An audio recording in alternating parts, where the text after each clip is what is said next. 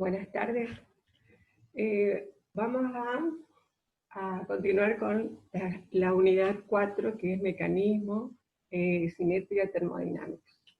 Bueno, habíamos quedado en la ecuación que nos da los requerimientos termodinámicos para que se produzca una reacción, ¿no es cierto? Delta G igual a delta H menos T por delta S.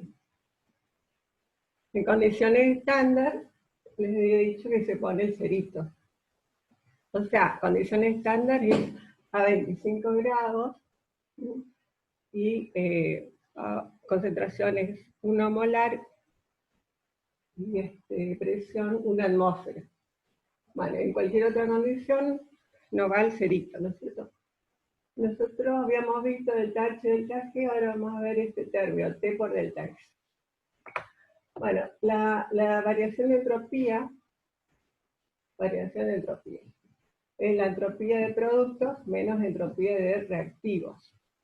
Entonces, la entropía está referido a la posibilidad de movimientos moleculares o grados de libertad. Bueno, entonces, cuando delta G es negativo, favorece la reacción, porque eso indica que el producto es más estable que el reactivo, o sea, el producto tiene menor energía interna. Entonces, para que delta G sea negativo, delta H también tiene que ser negativo. Y T por delta S tiene que ser, de acá va precedido el signo menos, delta S que tiene que ser para que todo este término favorezca a que delta G sea negativo. Tiene que ser positivo, porque menos por más da menos. ¿Ah? O sea que delta S, entonces conviene que sea positivo, porque menos está multiplicando a delta S. Menos por más da menos, entonces eso favorece a que delta G sea negativo. Entonces, para que delta S sea menos, entonces quiere decir que como la entropía de reactivo va precedido el signo menos, para que sea menos, que tiene que ser, esto tiene que ser mayor, y la entropía de producto tiene que ser menor. ¿Así es? Entropía de producto menos entropía de reactivo. Entonces, para que sea negativo, este tiene que ser mayor. Ahora, lo que nosotros queremos es que delta S sea positivo. ¿Está? Entonces, para que sea positivo es toda la inversa. O sea que tenemos que tener al revés. O sea, la entropía de producto mayor y la entropía de reactivos menor. ¿Está? O sea, quiere decir que nuestro producto tiene que haber mayor entropía. Entonces vamos a ver ejemplos de eso con algunos ejercicios. Entonces vamos a ver un problema, el 127 de la guía. 127. Entonces tienen que tener calculadora, ¿no es cierto?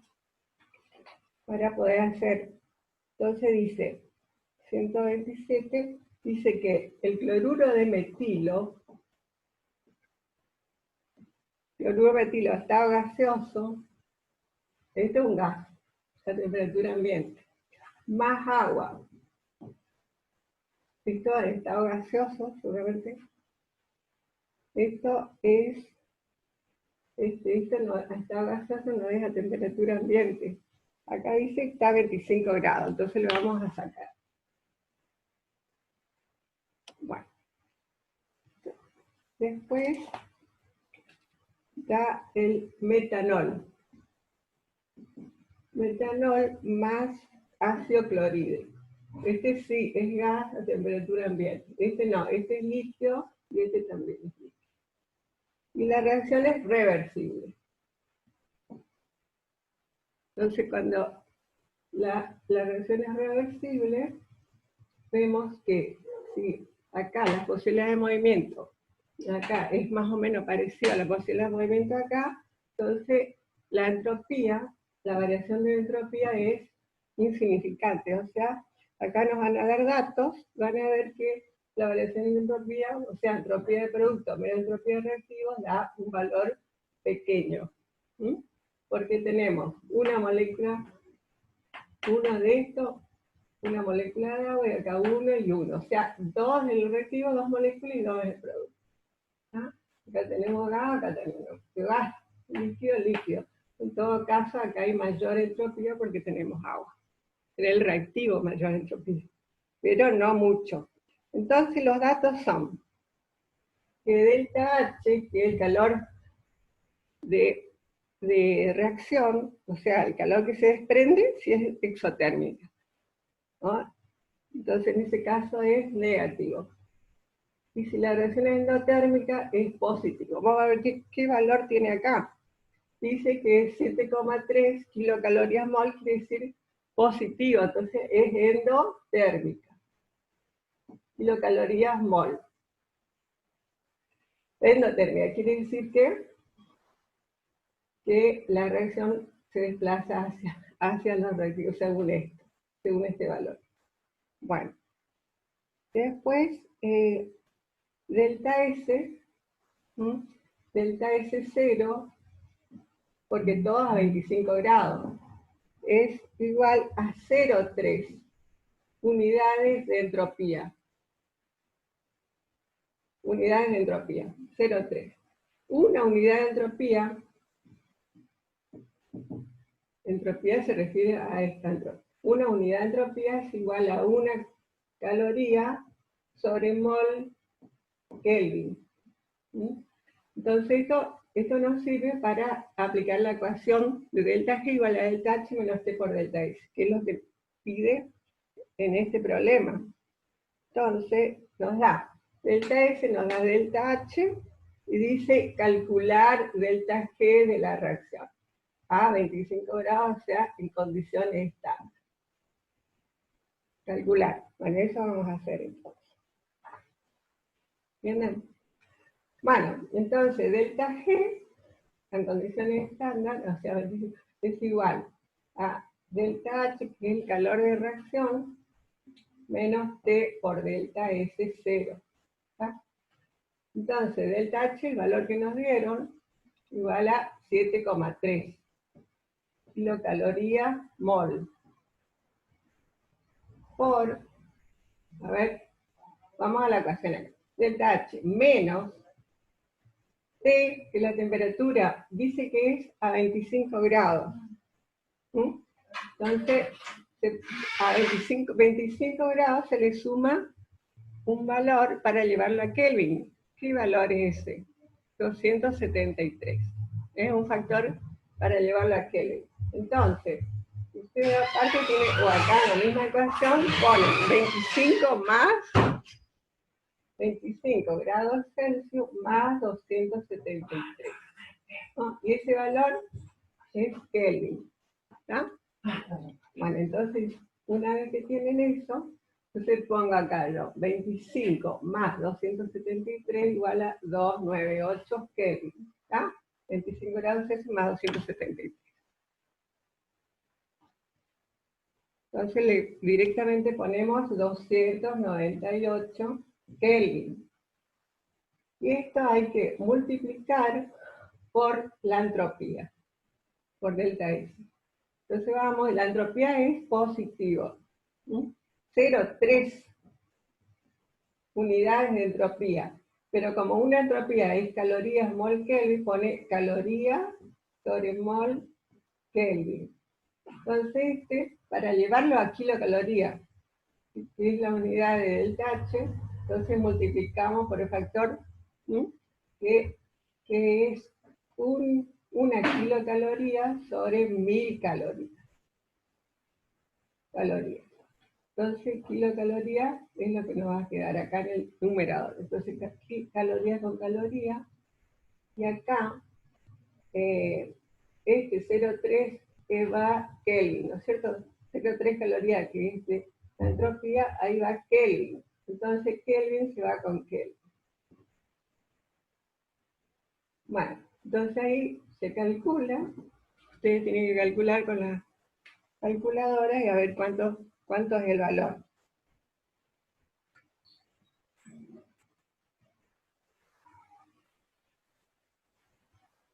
Bueno, entonces, están haciendo el cálculo. A ver si yo tengo eso. Bueno, ese valor, vamos a ver si tengo, es 7,2. 7,2, valor positivo. A ver, delta G igual a 7,2. Pero en kilocalorías sobre mol. Entonces, como delta G da positivo, eso nos indica el sentido de desplazamiento de la reacción, o sea, del equilibrio.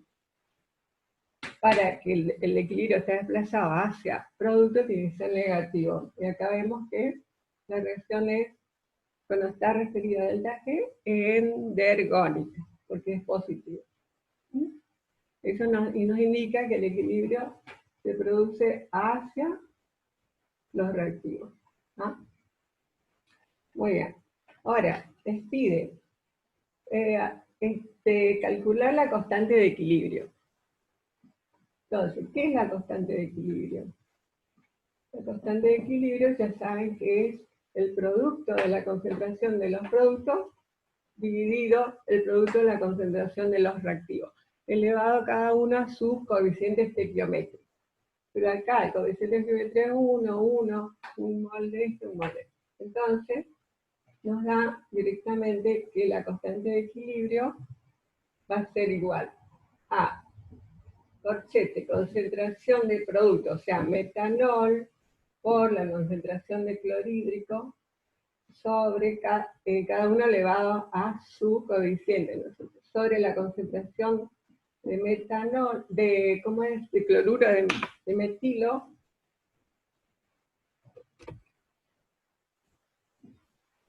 dividido, bueno, el agua no se coloca porque es una constante que va directamente multiplicado por la concentración de agua, va multiplicada a la constante de equilibrio, entonces este valor nos da directamente una constante. Eso ustedes tienen que saber también. Bueno, entonces acá, este valor, sí,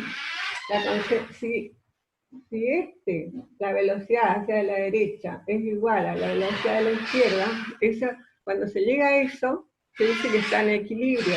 Entonces la concentración de producto es igual a la concentración de reactivo y el constante de equilibrio es 1. Entonces, ¿cuándo es?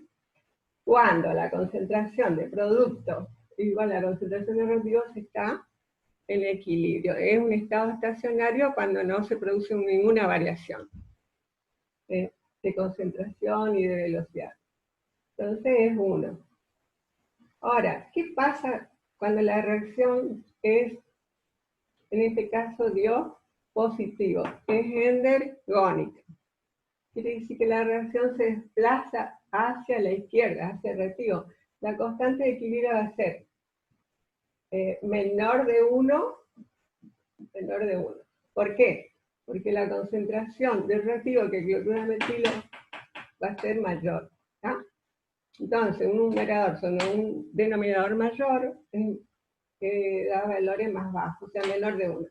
Entonces, para una reacción exergónica, cuando delta G da negativo, la concentración de producto es mayor que la concentración. O sea, la concentración de producto es mayor que la concentración de reactivo, entonces va a dar mayor de 1. Entonces, ese es el caso de que se produzca la reacción, pero no es este caso, ¿cierto? Bueno, ahora, hay una relación de delta G con la constante de equilibrio para calcular la constante de equilibrio. Entonces, acuérdense que delta G nos dio positivo igual a 7,2. Bueno, entonces la relación es que delta G 0 en condiciones estándar es igual a menos RT logaritmo natural de la constante de equilibrio. Donde R, este R es 0,002 kilocalorías sobre mol, Kelvin. Esa es la constante de los gases, 0,0. Eso es en kilocalorías. ¿Entienden? Bueno, T es la temperatura absoluta, que en nuestro caso es 298 en Kelvin. Bueno, y de acá, entonces, la constante de equilibrio es igual a E a la menos delta G sobre RT. ¿Mm? Entonces, como delta G es 0, ¿no? Delta G es 7,2, entonces reemplazamos y queda a la menos 7,2 sobre RT. Como para que sea más fácil calcular E elevado a ese exponente, lo ponemos positivo. Entonces ponemos que esto es igual a 1 sobre E elevado a delta G 0 sobre RT. Entonces ahí esto está positivo. Entonces ahí el cálculo es directo, ¿no es cierto? Entonces es 1 sobre E elevado a la 7,2 dividido R, que es 0,02 por 298. Y ese valor, entonces, ese valor ustedes tienen que calcular primero 7,2 dividido 0,02 por 298, y ahí aplicar el antilogaritmo. O sea, ese valor a qué es igual. Entonces, la constante de equilibrio, ¿a qué es igual entonces? Es igual a 5,67 por 10 a la menos 6. Bueno, eso es lo que me salió a mí. Ustedes tienen que calcular entonces. O sea que este puede ser un problema porque le van a preguntar ¿a qué se debe a tal cosa? Al que el equilibrio está desplazado. O ¿qué significa delta G igual a que tenga un valor positivo? ¿Está? ¿Por qué delta G es pequeño? Porque la reacción en este caso es reversible. Y en el reactivo hay agua, ¿no es cierto? Pero en el otro lado, en los dos, en tanto reactivo como bruto hay gas. O sea, entonces es despreciable. Por lo tanto, delta G es aproximadamente igual a delta H en ese caso. O sea, el cambio de energía libre es igual al cambio de entalpía.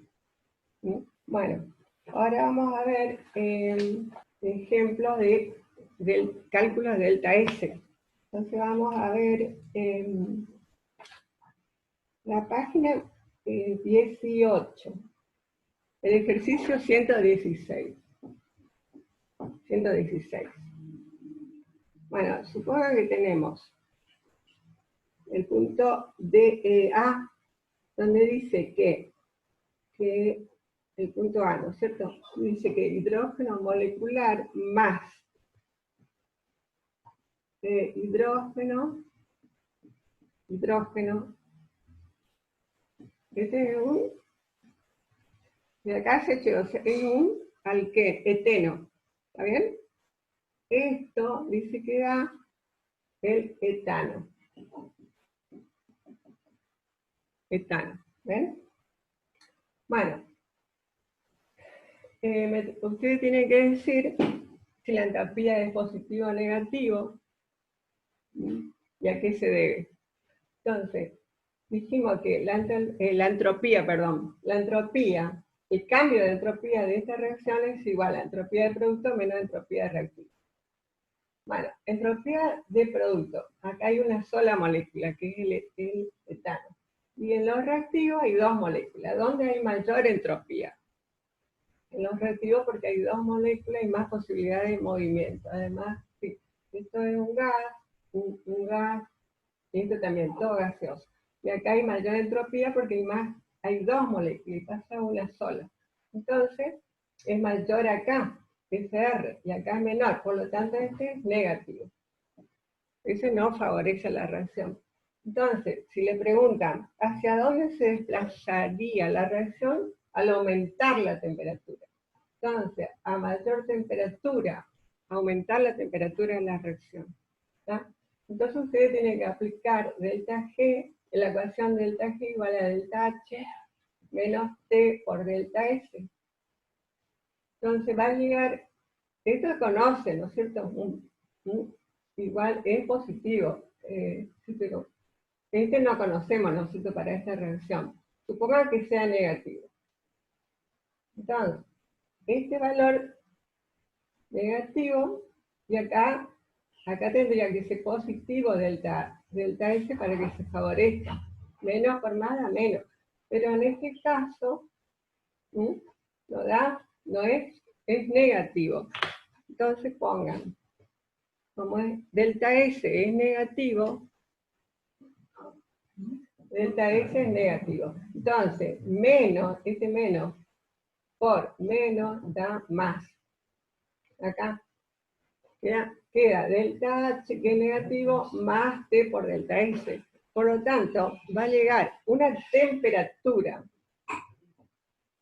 tal que T por delta S, que va a ser positivo, va a ser mayor que delta H, suponiendo que este sea negativo. Entonces, este término, menos por menos, va a ser más.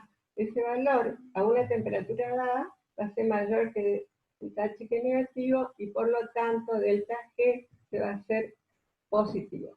Delta G positivo indica que es endergónica, y la reacción se va a desplazar hacia los reactivos. Cosa que no queremos, ¿no es cierto? Bueno, entonces eso se le puede preguntar entonces.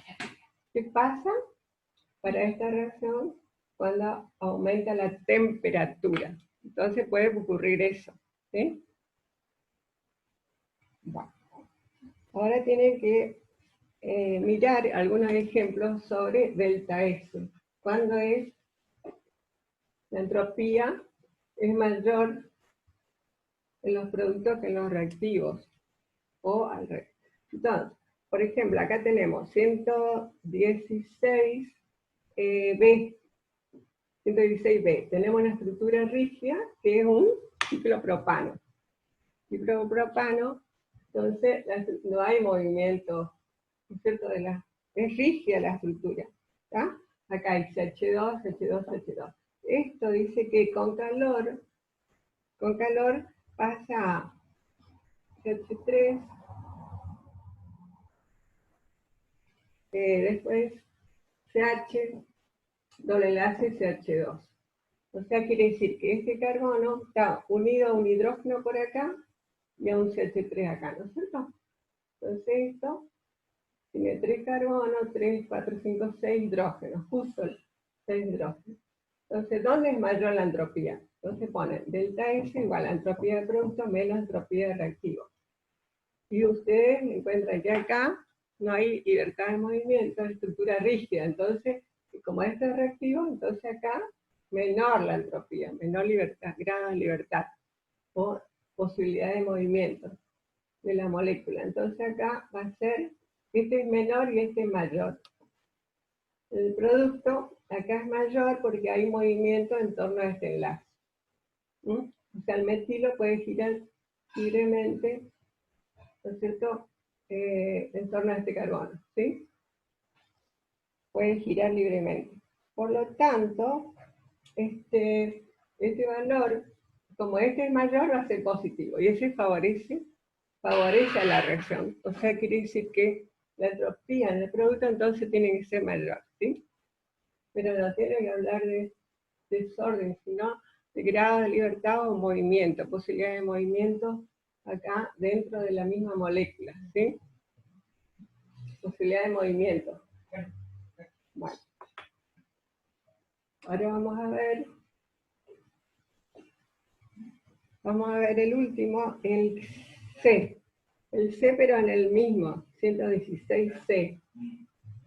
Entonces dice que tenemos el acetato. Acetato es una sal, por ejemplo, es acetato de sodio, esto es acuoso. más hidróneo. Más hidróneo dice que pasa a ácido acético. Ácido acético más agua. Más agua. Esto está ionizado así, entonces ácido acético más agua. Quiere decir que cuando está en forma de iones y hay agua, estos están solvatados, los iones están solvatados por moléculas de agua. Entonces acá hay menor entropía porque el agua no le permite, ¿no es cierto?, moverse. Entonces el agua tiene, y acá hay puente de hidrógeno con el agua.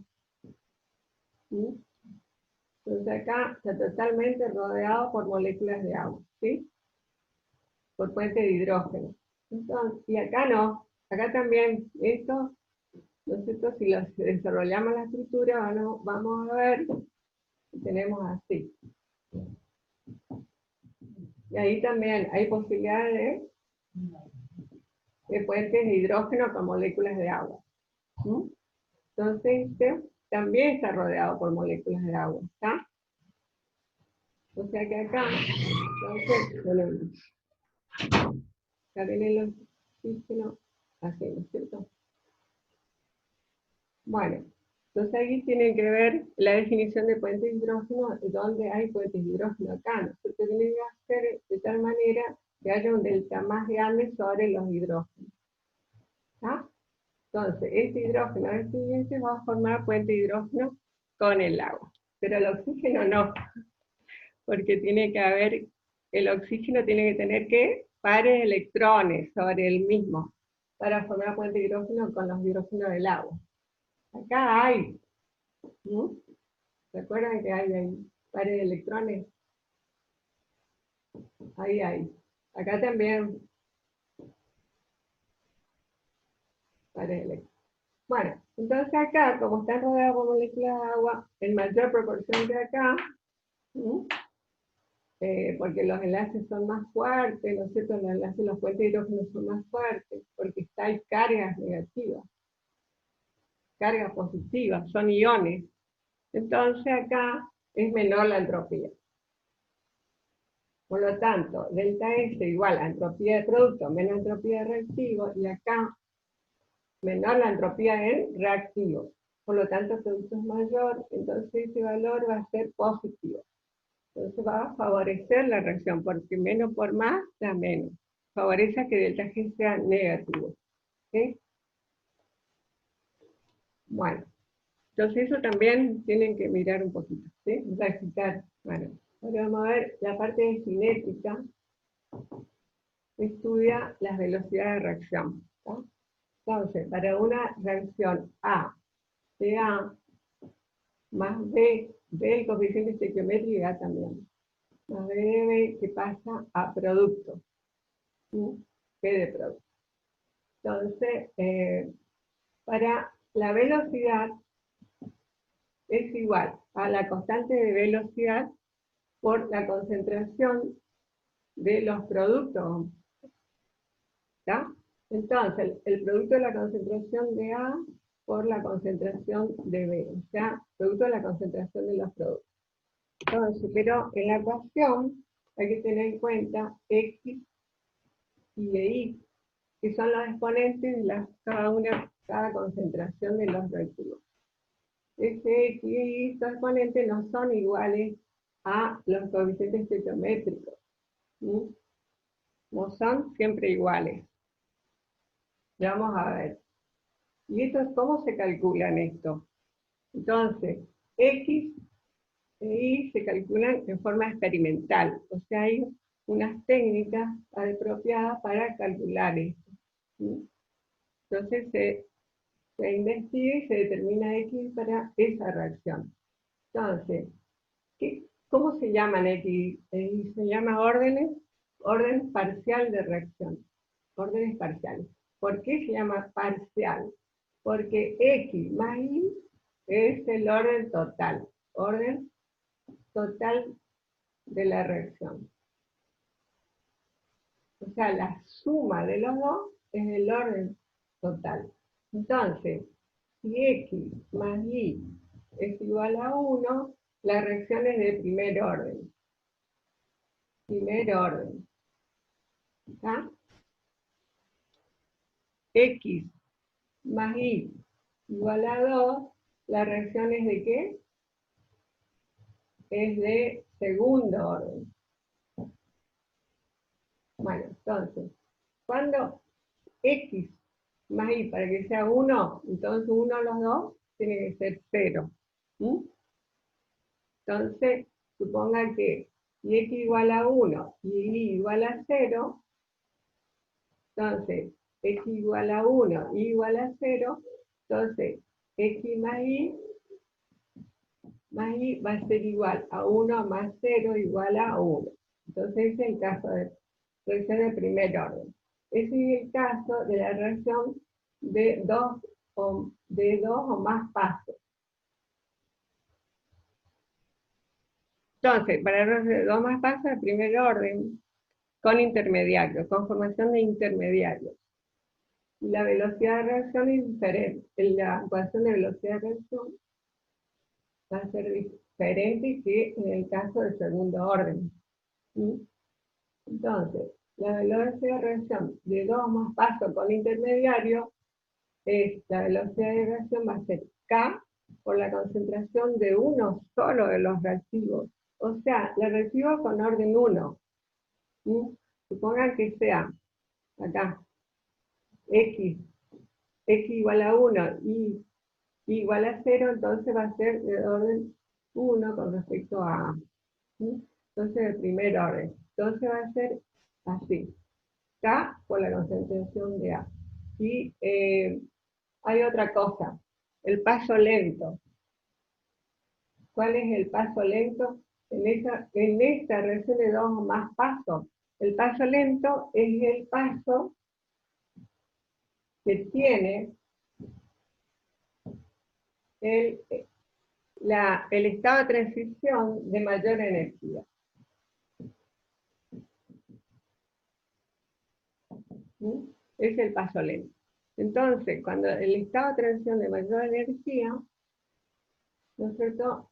Entonces la reacción en ese paso es lenta. Entonces la velocidad de toda la reacción de la reacción global depende de ese paso, porque los otros pasos son todos rápidos. ¿Sí? Entonces la velocidad va a ser K, constante de velocidad, por la concentración del reactivo del paso lento. O sea, sí o sí, ese reactivo tiene que ser del paso lento. El paso lento, entonces, es el que tiene el estado de transición de mayor energía. ¿Sí? Bueno, entonces, ¿cuándo es el segundo orden?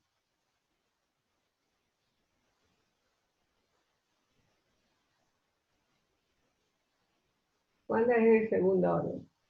El segundo orden es cuando X más Y igual a 2. Entonces, ese sería el caso, por ejemplo, X igual a 1 y Y también es 1. O sea, 1 más 1 igual a 2.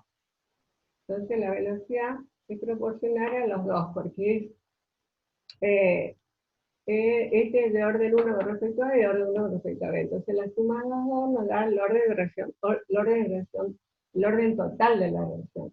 Entonces en este caso, cuando es el segundo orden, es de un solo paso la reacción. Entonces la reacción es de un solo paso. Como tiene un solo paso, entonces va a depender la velocidad de los dos reactivos, tanto de A como de B. O sea, velocidad es igual. Acá tiene la constante de velocidad por la concentración de A por la concentración de B. ¿Ah? Muy bien. Entonces vamos a ver que, que, eh, que ver esta ecuación, que la K es proporcional a la velocidad, o sea, la velocidad proporcional acá. Las unidades que la velocidad nos indica los moles por litro que se va consumiendo el reactivo por segundo. O sea, el segundo y litro van en el denominador. O sea, moles por litro que se consume en la reacción, se va consumiendo por unidad de tiempo, que son segundos. ¿Sí? La concentración de reactivo A también es en moles por litro, moles por litro. Y la concentración de reactivo B, moles por litro. Todo moles por litro. O sea, molar, mol por litro, y este también mol por litro. Entonces, si la reacción es de segundo orden, un solo paso, entonces la unidad de cada, ustedes que saben calcular, va a ser moles por litro sobre segundo dividido mol por litro, mol por litro. Ya, mol por litro al cuadrado. Todo. Y ahí sacan las unidades de segundo orden. Después, para primer orden, es otra, ¿no? Porque va a depender la velocidad exponencial a la concentración de un solo reactivo. Bueno, ahora hay una ecuación de la velocidad con la temperatura. ¿Qué pasa? Que al aumentar la temperatura, aumenta la velocidad, porque aumenta el número de choques entre las moléculas. Entonces aumenta la energía de activación. Entonces eso aumenta la velocidad. Y hay una ecuación que dice la constante de velocidad igual a A, que es un factor, por el factor de frecuencia de colisiones o choques. Igual a E a la menos energía de activación sobre RT. ¿Ah? R es la constante de los gases, T la temperatura absoluta.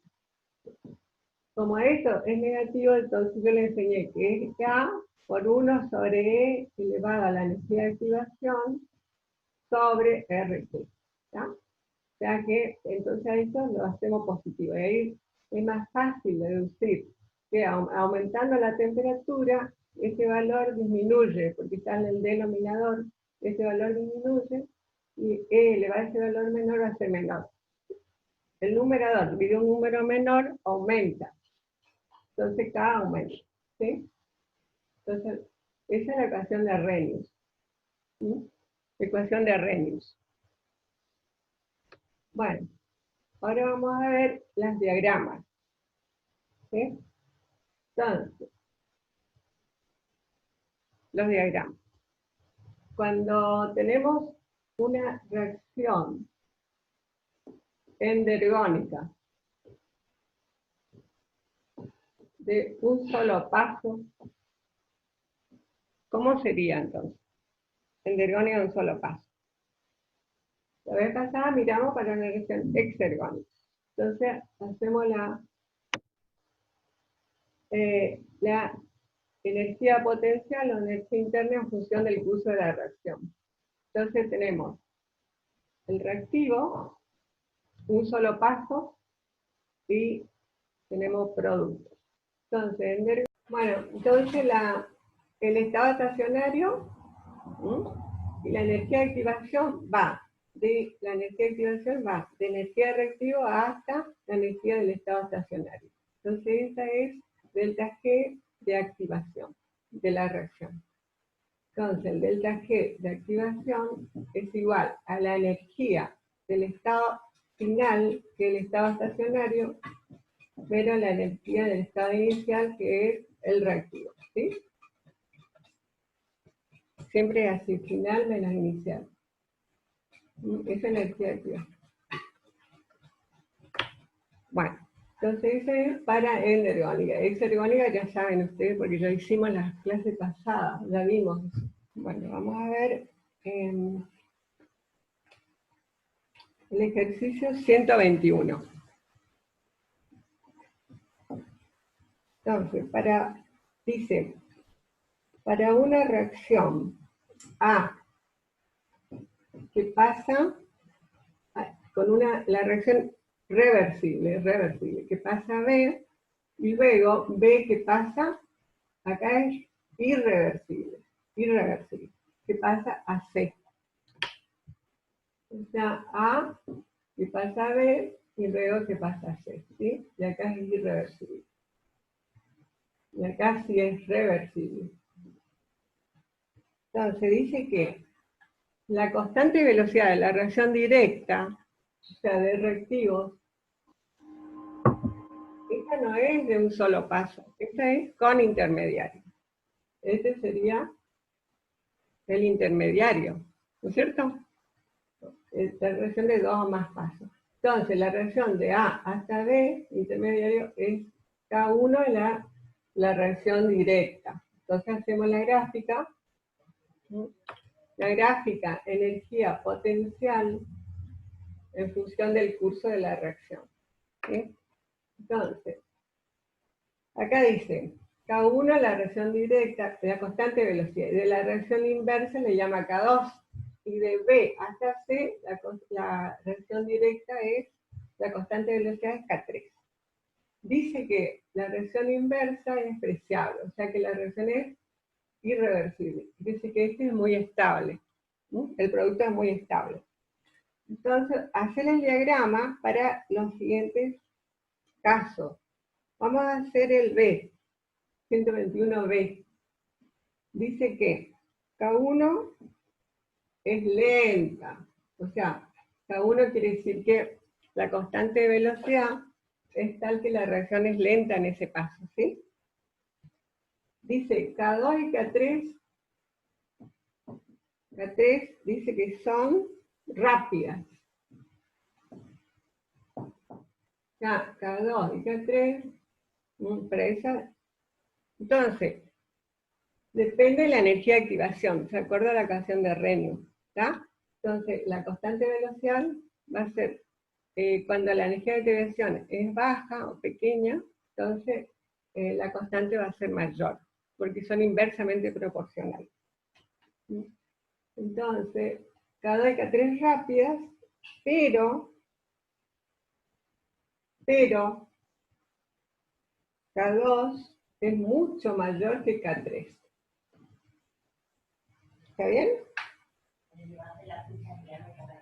Bueno, entonces eso tenemos que saber dibujar. Dice que K1 es lenta. Entonces, como es lenta, quiere decir que tiene alta energía de activación. ¿Está? Porque son inversamente proporcionales. Entonces, vamos a suponer que este es la energía del reactivo, o sea, energía de A. Y si es lenta, tiene alta energía de activación. ¿Está? O sea, esta energía de activación de acá hasta acá, entonces esta delta G de activación 1. ¿Sí? Entonces le ponemos acá, le ponemos K1. K1. Después dice, esto ya está, K2 y K3 rápidas.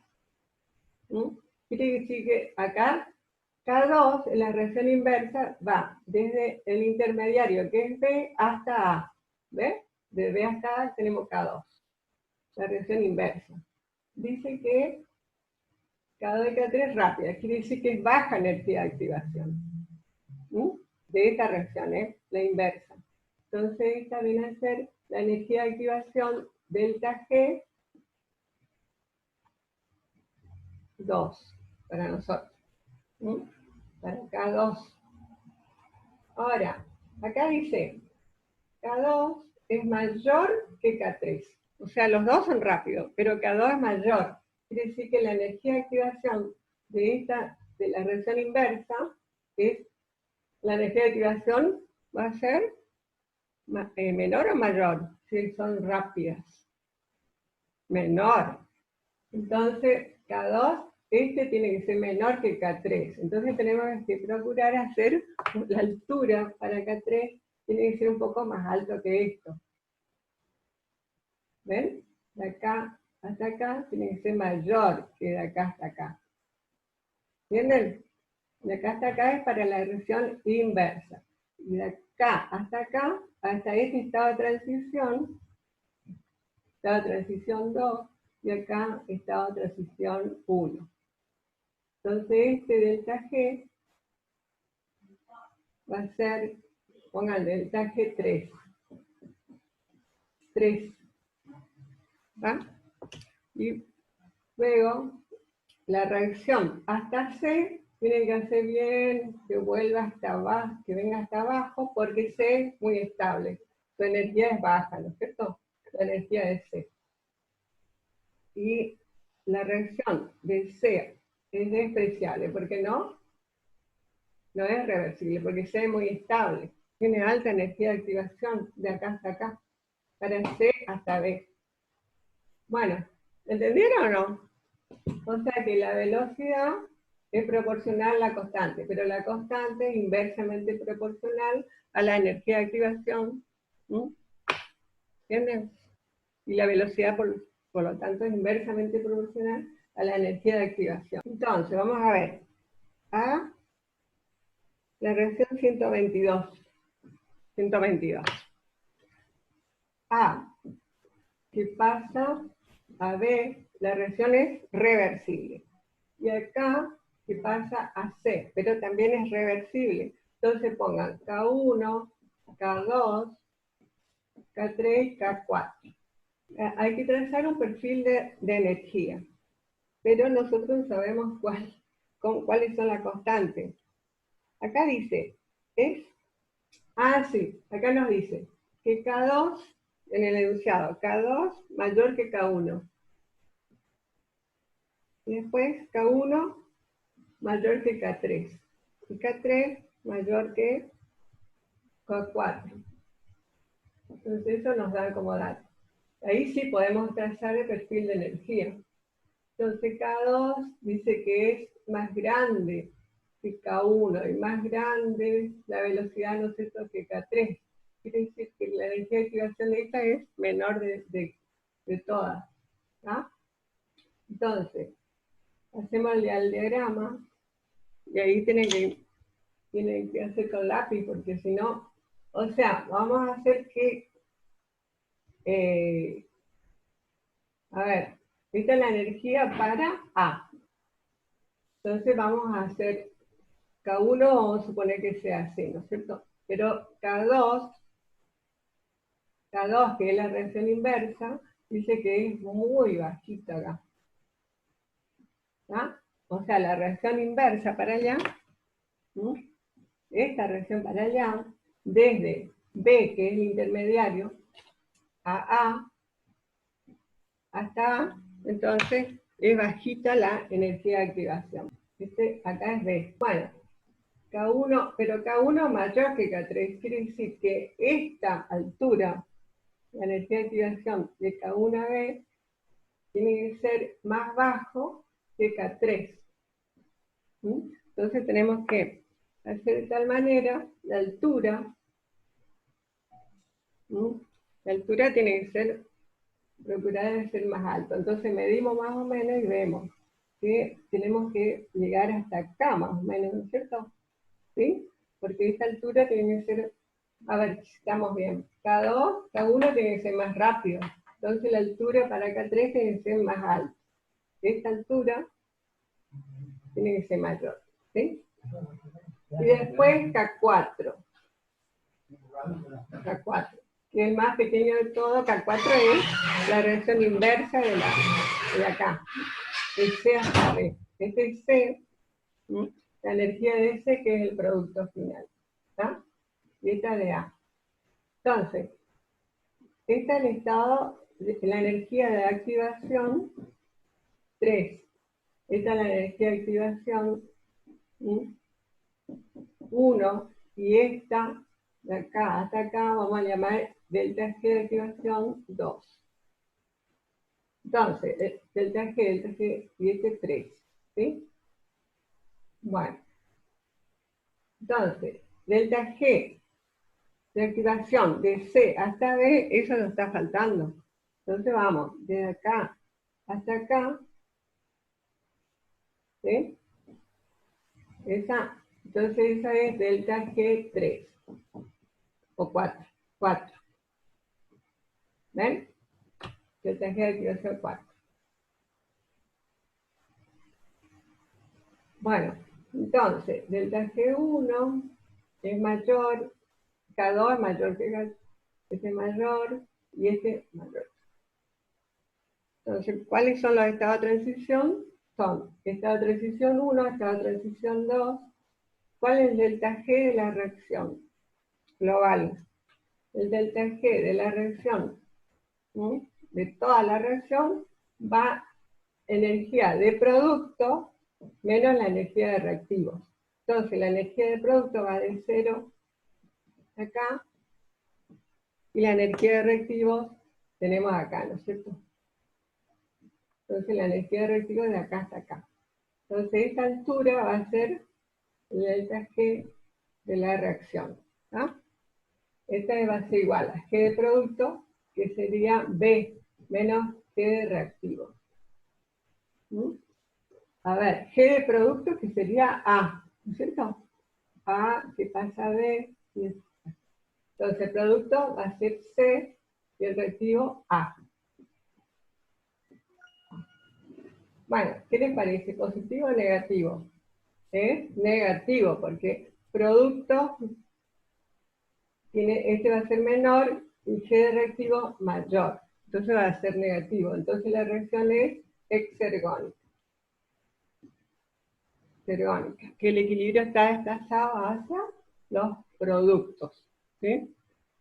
¿Y qué más? ¿Cuál es el paso lento? El paso lento de la reacción es el que tiene estado de transición de mayor energía. Entonces este es el paso lento, es de B hasta C. Y B es el intermediario. La ecuación no puede estar expresada en función del intermediario porque ese es muy inestable, aparece y desaparece.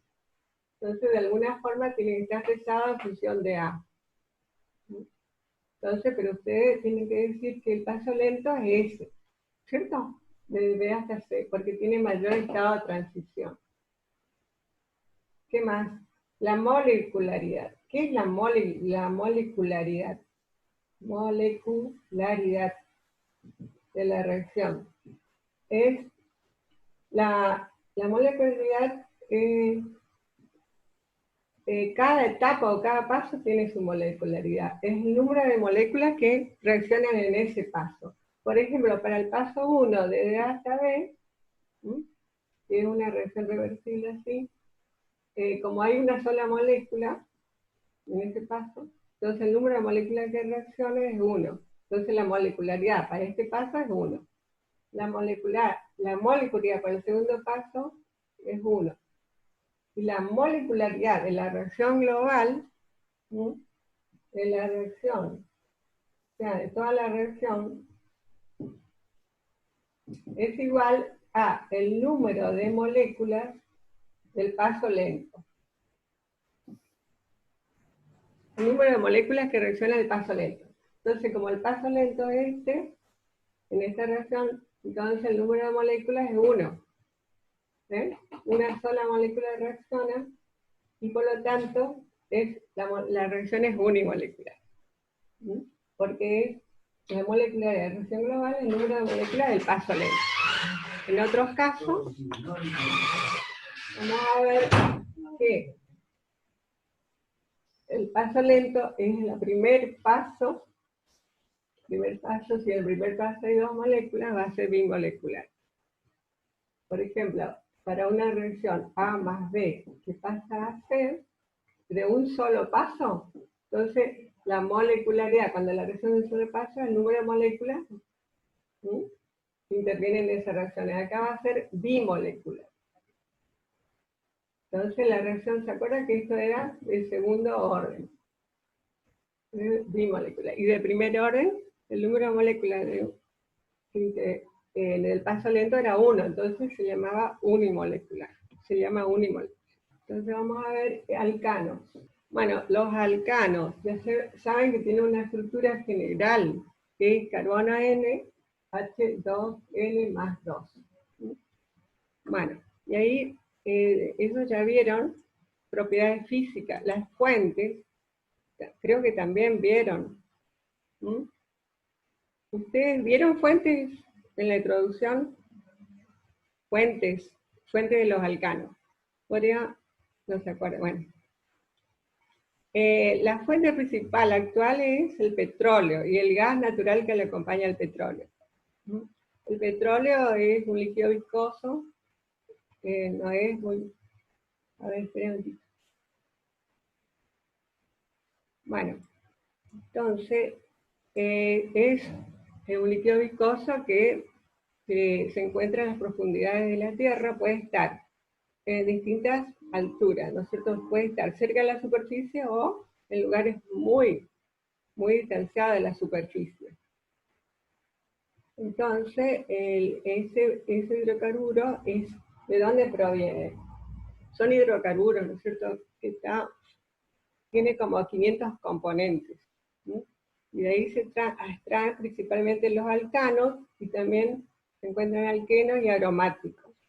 El petróleo, ¿de qué proviene? Proviene de la descomposición de, de vegetales y animales, ¿sí? Que con el tiempo y a altas presiones. Con las presiones se fueron descomponiendo y tiene origen prehistórico, por eso es un combustible fósil, se le llama. Bueno, entonces se lo extrae y se lo llevan en tanques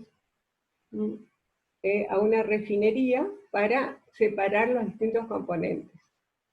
¿No es cierto? Donde entra unos 400 grados en este horno, se encuentran unos 400 grados. Hay que cuidar la temperatura, porque si se supera esa temperatura se carboniza todo.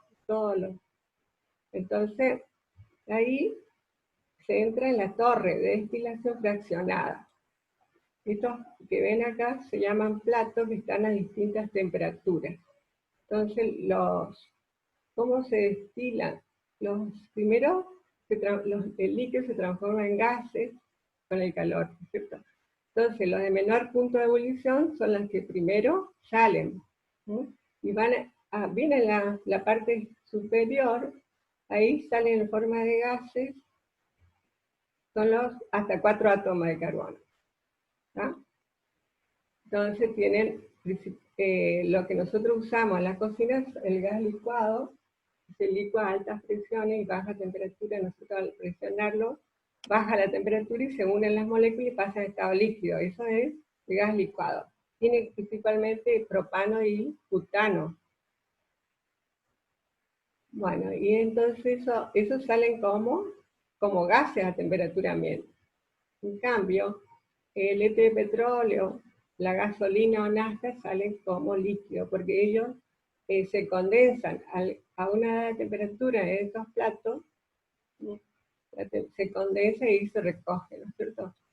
Y después, los de mayor peso molecular se van recogiendo en otros platos que están en las partes inferiores. ¿Ven? El queroseno, que tiene otra composición, tiene de 11, 12 átomos de carbono, ¿sí? Y una temperatura de ebullición que puede llegar hasta cerca de 175 grados. ¿No? El queroseno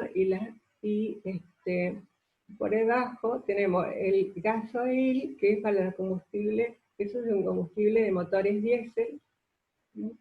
Y después por debajo tenemos aceites lubricantes que ustedes conocen, que es para lubricar, aceite de máquinas, no sé cómo se llaman. Y esto tiene muy alta cantidad de carbonos, ¿sí?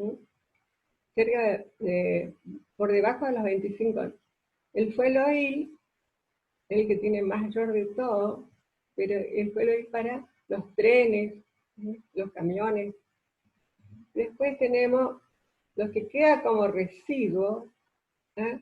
A presión atmosférica, tenemos acá.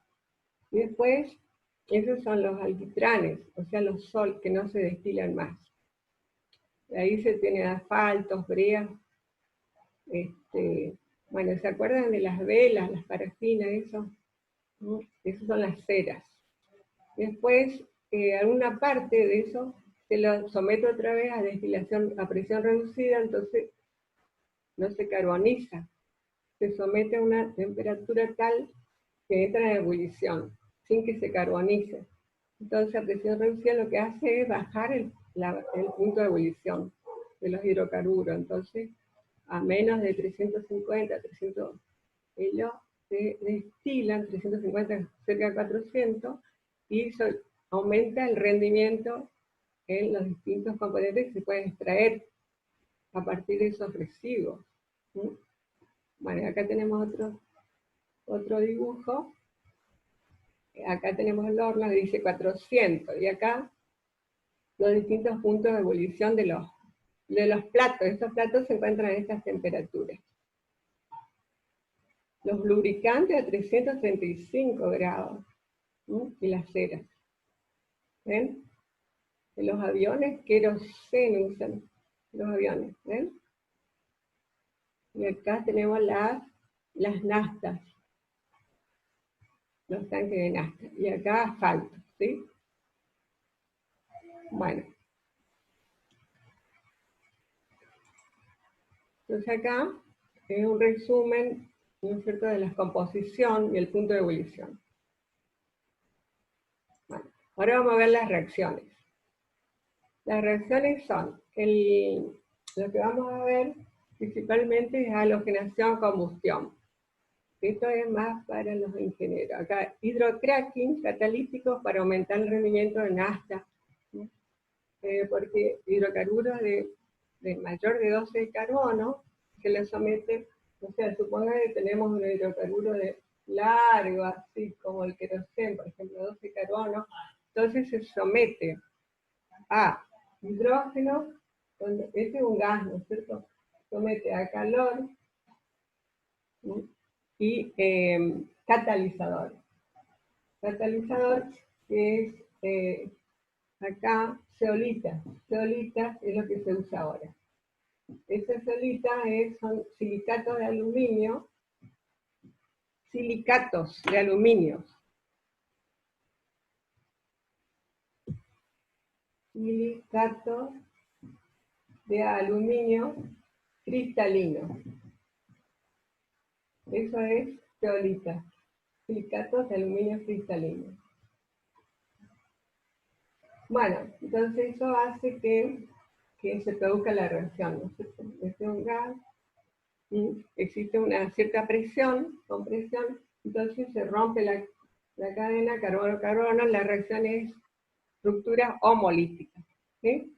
Entonces se rompe, imagínense, rupturas homolíticas cuando se rompe y queda, cada carbono queda con un electrón cuando se rompe un enlace. O sea, se rompe un enlace, entonces queda carbono-carbono, los dos extremos. Entonces viene un hidrógeno en un carbono, ¿sí? También se produce la ruptura homolítica. Acá queda así. Entonces ahí se completan los electrones de cada extremo, ¿no es cierto? Acuérdense que acá hay hidrógeno, hidrógeno, hidrógeno, hidrógeno. ¿Sí? Entonces, al romperse en este carbono, se necesitaría un hidrógeno acá y un hidrógeno acá. Entonces ahí se completaría. Y se tendría como producto alcanos de cadena más corta. Si eran 12 carbonos, vamos a tener así, ¿no es cierto? 1, 2, 3, 4, 5. Ese es componente de petróleo. Acuérdense que las nafta o gasolina pueden tener de carbono 5 en adelante, pero principalmente tiene carbono 7, carbono 8, pero puede tener carbono 6, puede tener carbono 5, pero en menos cantidad, ¿no es cierto? ¿Sí? Puede tener más cantidad de carbono acá, 8, 9, 10. ¿Sí?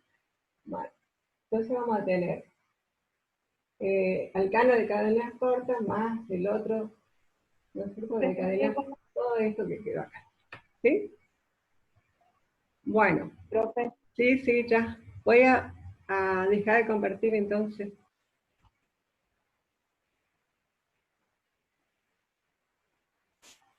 Bueno, entonces le estaba mostrando que un hidrocarburo de cadena larga, ¿sí?, se somete a la presencia de hidrógeno gaseoso y presión, calor, catalizador. El catalizador son las zeolitas, silicatos de aluminio cristalino. ¿Sí? Entonces lo que ocurre es ruptura homolítica. Acá, en este carbono, tendríamos 2 hidrógenos. Acá dos hidrógenos, acá dos hidrógenos, ¿se acuerdan? Bueno, ruptura homolítica es cuando se rompen los hidrógenos, un enlace carbono-carbono, se rompe y quedan así, ¿no? Y los enlaces carbono-hidrógeno, por ejemplo este, ¿sí? También se rompen así, entonces se unen un hidrógeno acá, otro hidrógeno acá. O sea, acá se rompe. Entonces, un extremo queda un carbono que le falta un hidrógeno. Entonces viene un hidrógeno ahí, y en el otro extremo va otro hidrógeno. Entonces se completa. Y ahí tenemos cadenas más cortas. ¿Sí?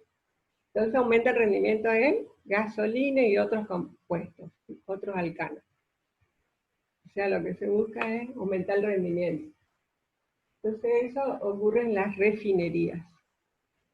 Eso se llama hidrocracking, catalítico. Después tenemos el cracking catalítico, pero sin hidrógeno.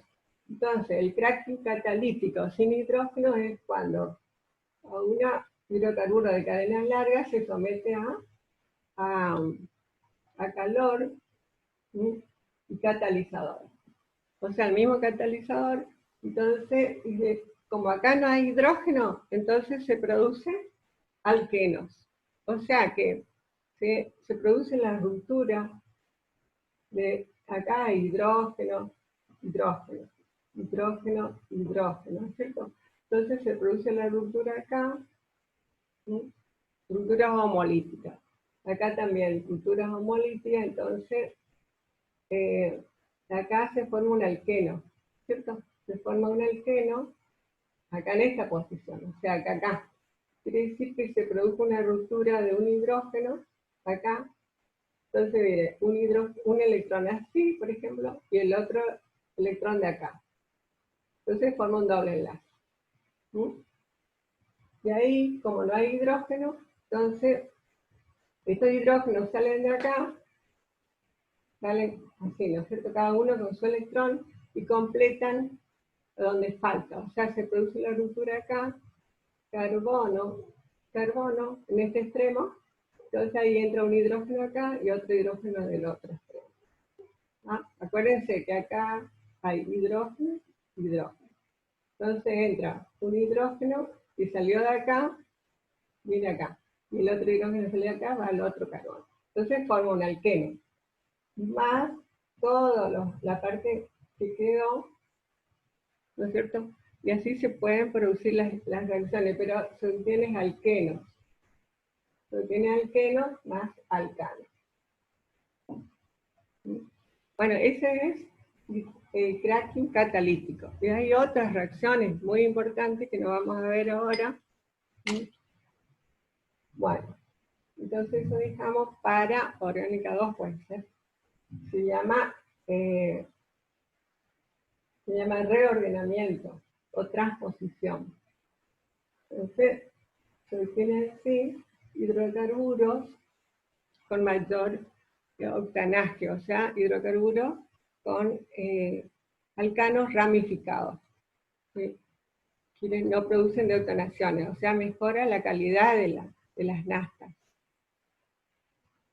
Bueno, entonces ahora vamos a ver combustión. Entonces, la reacción de combustión es la que se realiza en la cocina o cuando ustedes queman un compuesto, por ejemplo, hidrocarburo, metano de un gas. El gas que acompaña el petróleo está compuesto principalmente por etano y metano, etano, y menor proporción es de propano y butano. ¿Ya? En cambio, el gas que sale en la destilación fraccionada, en la refinería, tiene principalmente propano y butano. Bueno, entonces, vamos a tomar el metano para una reacción de combustión. Metano gaseoso más oxígeno gaseoso y calor. Entonces se forma dióxido de carbono más agua más energía, más el calor de combustión. Entonces este calor de combustión que se libera, porque entonces quiere decir que el calor de combustión es negativo, ¿sí? Porque se libera calor. ¿Sí? La reacción es exotérmica. Exotérmica. Entonces, se hace el ajuste de la reacción y tenemos que si tenemos un carbono, acá, una sola molécula de dióxido de carbono, o sea, tenemos la misma cantidad. Después tenemos la cantidad de hidrógeno. Como acá hay 4, acá tenemos que tener 4 hidrógenos, entonces se pone 2, 2 por 2, 4. Ahora, vemos la cantidad de oxígeno, acá es 2, más 2 oxígenos. ¿Cuántos oxígenos son? 4, entonces ponemos un 2. Ya ajustamos la reacción. Después, decimos que cuando la combustión es completa, quiere decir que había suficiente oxígeno y se quemó todo el metano transformándose. Esto quiere decir que se mineraliza, porque estos son inorgánicos. Minerales. Se transforma en dióxido de carbono y agua, todo. Esa es la combustión completa. En cambio, la combustión incompleta es cuando un gas o cualquier otro compuesto que tiene carbono más oxígeno, o sea, no hay suficiente oxígeno, entonces se transforma en monóxido. ¿Sí? Más agua. ¿Ah? O sea, monóxido entonces es un gas, es muy tóxico para nuestro organismo, ¿no es cierto? Esto puede producir la muerte porque es inodoro. ¿Sí? Lo mismo que esto, algunos hidrocarburos, ¿no es cierto?, son inodoros, los gases de la cocina, entonces se le coloca un componente para que se le identifique fácilmente. Pero este no se detecta esto y puede llevar a la muerte, ¿no es cierto? Eso ocurre en los lugares cerrados, cuando entra en combustión. Entonces, cuando usted necesita apagar un fuego, agarran un trapo y le aprietan sobre el fuego así, le sacan el oxígeno y se apaga solo, ¿cierto? Eso es, o le tiran arena, ¿no es cierto?, para que no tenga oxígeno y no se produzca la combustión, o no continúe la... Entonces la reacción esta es, la reacción es ruptura homolítica, o sea, reacción en cadena.